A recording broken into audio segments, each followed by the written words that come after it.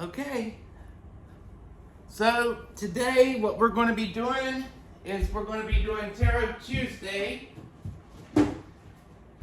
and I would like to look into what it is about more of the Gen X, right? So what they're doing is, so what I'll do is pull a few different decks and do some readings on how this new age movement of the metaphysics has shifted into more of magic and stuff like that. But what I would like to dive into is a lot of times the younger generation, even actually the older generation, what they're doing is before they understand what they're doing, they're maybe reading books and then calling upon things that they really haven't understood completely, and then that's where we're at today. A lot of times people haven't really looked at it with an open mind and an open heart. So with that said, a lot of times it seems like this new age movement, people are just diving deep because they want to do something. They see something maybe is not quite right with religion, so they feel like they need to go the opposite route. Well, the thing is, a lot of times when we're shifting from one paradigm to the next and one idea mindset to the next, things get twisted and misshapen, and then a lot of times people aren't willing to really look at the full picture. And that's where I feel like we have now moved into, because I know I've done a lot of looking into it myself to just to study, because when you're working in this environment, you have to know the energies around, the energies through, and know what you're dealing with before it goes down. And that's why I always like to do a baseline reading before I ever do a reading for somebody, because you have to know what you're dealing with before it ever starts. Now, also, what we as humans, we always want to we see something might be wrong. So what they do is we start making assumptions, and then we switch from one to the other. But they're not looking at it with the full picture. So the picture is almost it's like a glass half empty or a glass half full. Now, with the quantum universe, how it is if everything's energy and if nothing really exists, but it does exist because time doesn't exist, but it does exist, if that makes sense. So we have to look at it a little differently than how sometimes people portray. With that said, it's just I've been noticing things, and then it just bothers me. And to be honest, if you have a heart for people, and if you see things that maybe isn't always pertaining to a specific person, but it seems like it's still interlining with that person that you might have a reading for, then it just hurts to see other people being misled, or there could be certain items or things that's placed in somebody's whereabouts to where they have certain attachments by somebody through some type of spell. And it does happen. There's different things that people can do, binding spells with human hair, pictures of things, and when you're calling upon certain spirits or deities, they can be able to have create attachments for the person creating it and the person that they want to create the binding spell for. So we have to look at it on all these different aspects, right? So what I want to look at today is trying to figure out where is this new movement moving? And how can we be able to, if they aren't taking the time to really study and understand the full picture, what can we do to correct it? And how can we correct it? And what do we need to put out there? Or if for people that are holding the space for others, what can we do to hold the space for them until they can get this, until they can get it together, or until they can study enough to where they can be able to remove. Now the thing is some people, I'm not saying it's bad that you're calling upon these things, but the thing is a lot of people might call and don't realize that there's these different realms and different dimensions. And with that said, some of these things live in certain places. And currently, as we're shifting into the 5D, a lot of the things that within like magic and causing spells and like attachments, that's all dealing with 4D energy. So when we're dealing with 4D energy, it's different than what most people would presume. So with that said, what is it that we need to know about this energy moving forward, and how can we be able to help these people to grow? Is there something that we need to know to help put out more information for them in certain ways? I'm not quite sure, because it's disheartening in some ways, because not everybody is the ones doing what I'm talking about. It's the people that's over here that's tied to these people, and it's like they're attracted to them, or maybe they don't know the whole picture, and then they think, okay, well, maybe he's just like doing Wiccan things. And sometimes it could just be Wiccan or pagan things that they're doing. And if they're calling upon like their ancestral gods, that's okay, because that they're linked to you through your lineage, right? Now, if you are doing like the Frankists that are over here doing like blood worship, magic spells, to where you're doing this to hold people at bay and do things to not help people become the best that they can be, then it's a different story.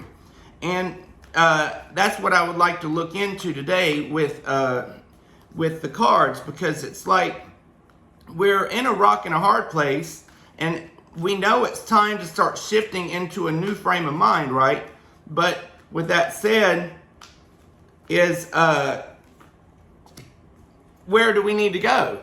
And sometimes what we think is the right way to go, it's a little more different than what we had hoped for, right? Or maybe what we had perceived to begin with.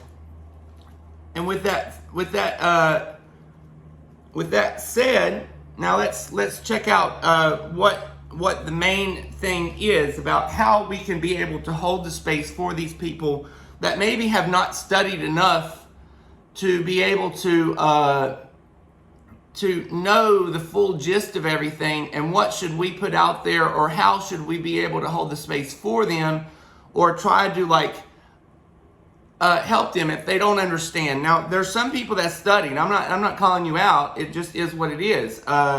And if you want to do it, have at it. It's just it's tax, fees, and docs. So if you want to pay your taxes and fees at the end and do the karmic debt bullshit, have at it. I myself, I don't want to come back and play the games. So it is what it is.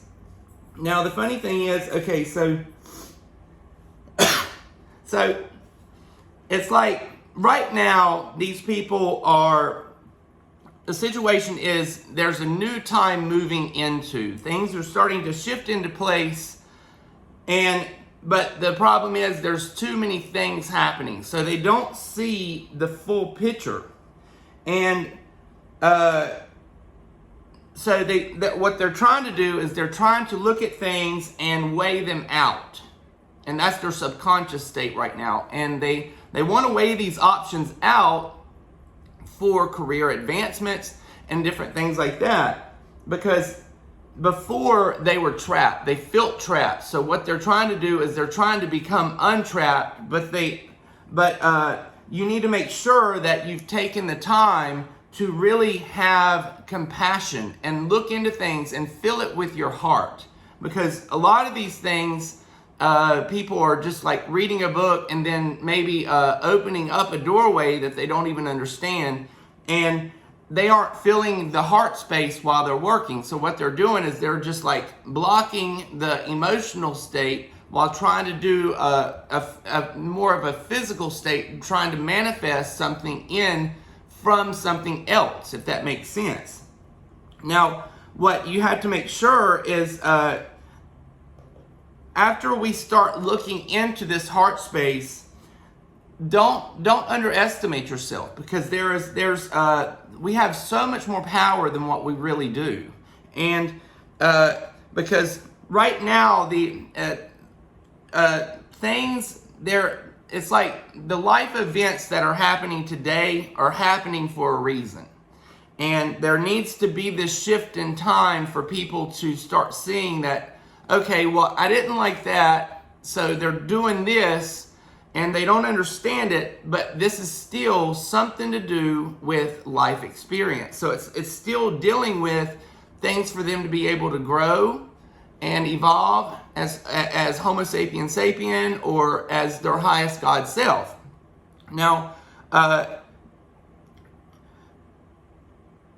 with that said, you need to make sure and think about things on a blended scale, because you need to think of it with optimism, and but you also need to take and honor your commitments, to where you take the time to study and look into things properly, so you know what you're doing and you know how things are being relayed. Because if you want inflow and abundance, what's going to happen is you're going to have to really dial yourself into this oneness. And this oneness is going to be the inflow of everything and all things surrounding us at this point. And after you understand the flow within this like quantum realm of energy, because all we are is energetic beings. And so there's no need for us to be able to call and place ourselves lower than what we already are, when we already have the energy to be able to call upon things, right? So when we call upon anything, and in this realm, we are so powerful, they do come. And that's what a lot of people don't understand, is it's like they assume that we're not powerful creative beings that manifest our destiny. So when they start reading these books, then they just assume that they need to call upon one person, or like this book might tell you to call upon like a deity or like an entity, and then you do so, but you haven't really taken the time to understand who they are. And to be able to do it, we have to make sure and weigh out all these things, understand from them. We need to grow from them. Because what we need to do is we need to make sure that we blend what could be wrong with both scenarios, because both scenarios has flaws. And so we need to look at them both with an open mind and an open heart, and you need to feel it subconsciously. It's going to be a deep feeling of knowing, and that's how this new season is going to start coming out. Because, and as that happens, there's going to be a lot of new things coming into play, because it seems like these people are going to take time to really like dive deeper into it, but they need to make sure they can dive deep, but understand the limitation that when they're doing specific things, don't underestimate yourself, and don't just call upon something because you can call upon it, because it could have reverse effects. And I'm not saying that it could be bad, but the thing is, if we're shifting into this higher quantum field of living, these things could actually deter us. And that means that could cause maybe karmic debt for someone. And a lot of people think that calling upon them, that they'll always help you. They can help you, But a lot of times when you're using other people's spells and incantations, there are taxes, there are fees, and then you have to then take that as almost like a karmic debt solution. Now, so it's like the people right now are trying to find what they're manifesting, and then they're trying to make something new. And it's just funny because I see a lot of people are trying real hard, right? But we need to make sure, and we do it, and what we do is we grow, and we grow from it, and we manifest correctly. Now,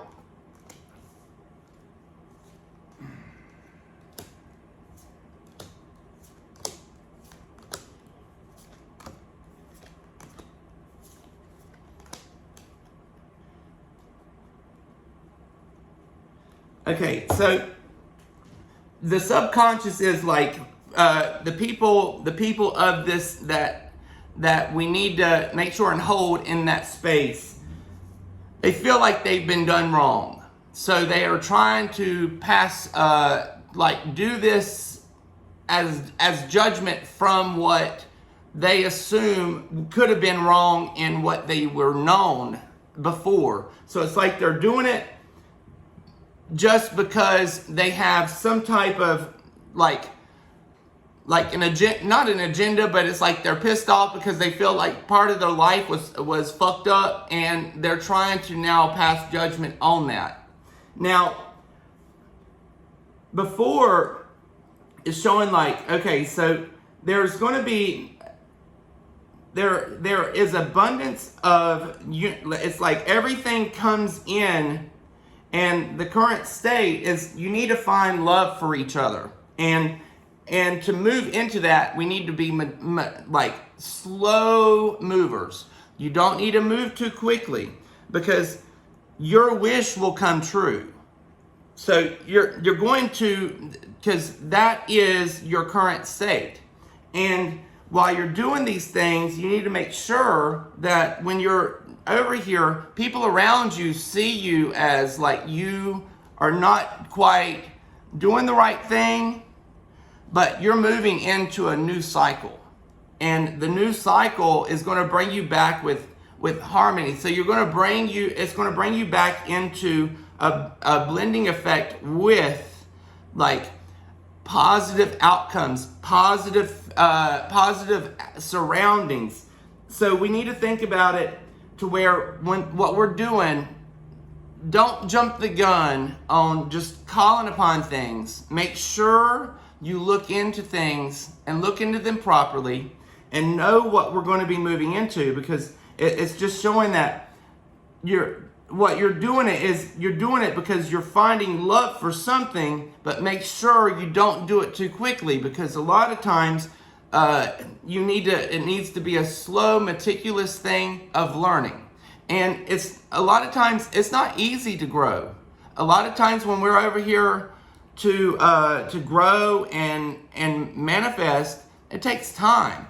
And so that's what we have to get out of it, because what we're going to be doing is we're going to be moving in and understanding both aspects. As the 5D reality shifts into place, the blending effect is what's going to start happening. And that's where when we start blending the two and understanding them for what they are, that's where we start to grow, and we start to not like hold back with ideology on one side and mysticism on the other. So we need to look at it to where, okay, how can we learn from this? How can we grow from this? Because there is a lot of great things that people can get out of it, because we need to know all aspects. And that's with the 5D mindset, because the 5D is understanding both, trying not to overanalyze and judge people, but what you're trying to do is really get on a better platform of living. And as you're doing this, just make sure that you don't, because it's like what you've done is you've you've stepped away and you've removed yourself from an old mindset, and you feel like okay, well, it's time for a shift. Just don't move too quickly, because the thing is when you open your heart and things come naturally, that's when you will find these sources of information that will naturally just collide with you and line you up for your highest and your best. And that's where I see this part for us, that we need to really hold the space for others that are over here doing it. Don't really judge them.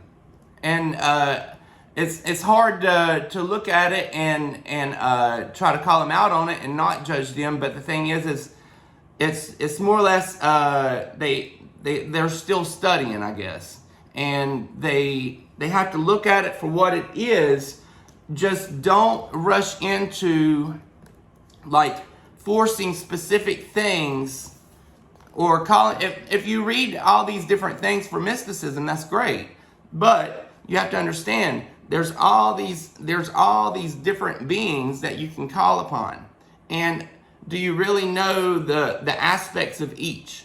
So you need to know the aspects of each. You need to know before calling these things, if you ever try to. And a lot of people don't really understand the underlying barriers of each. There's a few books of like demonology, where they show like all these demons within this one grimoire, and there's just a lot of stuff. And I had that book on PDF a while back, and I was reading through, and it's just surprising. And then people claim that things don't happen, and then when I do readings for people, not always do I see shit like that, but sometimes I see like hair being bound to someone for attachments, and then I ask about it, and then come to find out there's hair in the wallet, and I'm like, you need to get that hair out that wallet, because that hair is an attachment, and it's like a link, and it's like a constant magnetic link,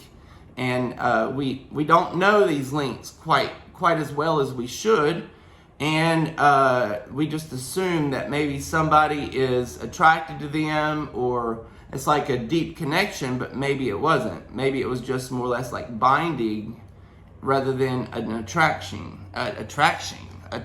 So we have to look at it on different aspects, rather than just like holding it and thinking about it for one thing rather than another, if you get what I mean.